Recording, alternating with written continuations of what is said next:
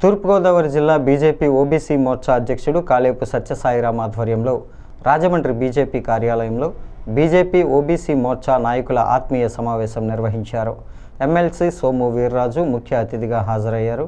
BJP రాష్ట్ర కార్యదర్శిగా నూతనంగా నియమితులైన బొమ్ముల దత్తు, ఓబీసీ మోర్చా రాష్ట్ర అధ్యక్షుడిగా రెండోసారి నియమితులైన రొంగల గోపి శ్రీనివాసులను ఘనంగా సత్కరించడం జరిగింది.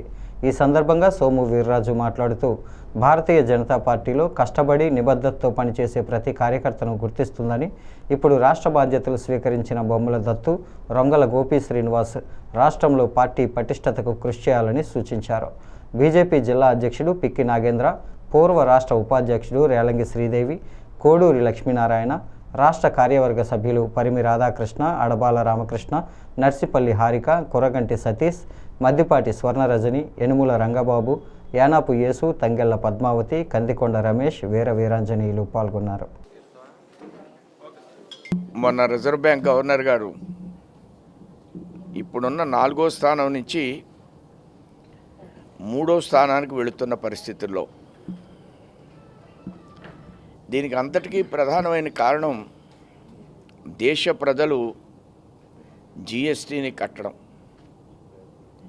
అలానే దానికి అనుగుణంగా ప్రభుత్వం అనేక రకాలైనటువంటి అభివృద్ధి కార్యక్రమాలను చేపడుతూ ప్రపంచ దేశాలను కూడా భారతదేశంలో అనేక రకాలైన పెట్టుబడులు పెట్టే విధంగా చిప్స్లో 1,50,000 కోట్లు ఆ చిప్స్ని నిన్న ఒక దాన్ని రిలీజ్ చేశారు.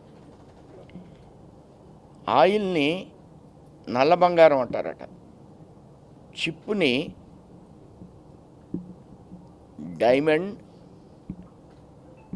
డైమండ్ అంటారట. చిప్పుని డైమండ్ ఎంత కాస్ట్లీయో చిప్ అంత కాస్ట్లీ.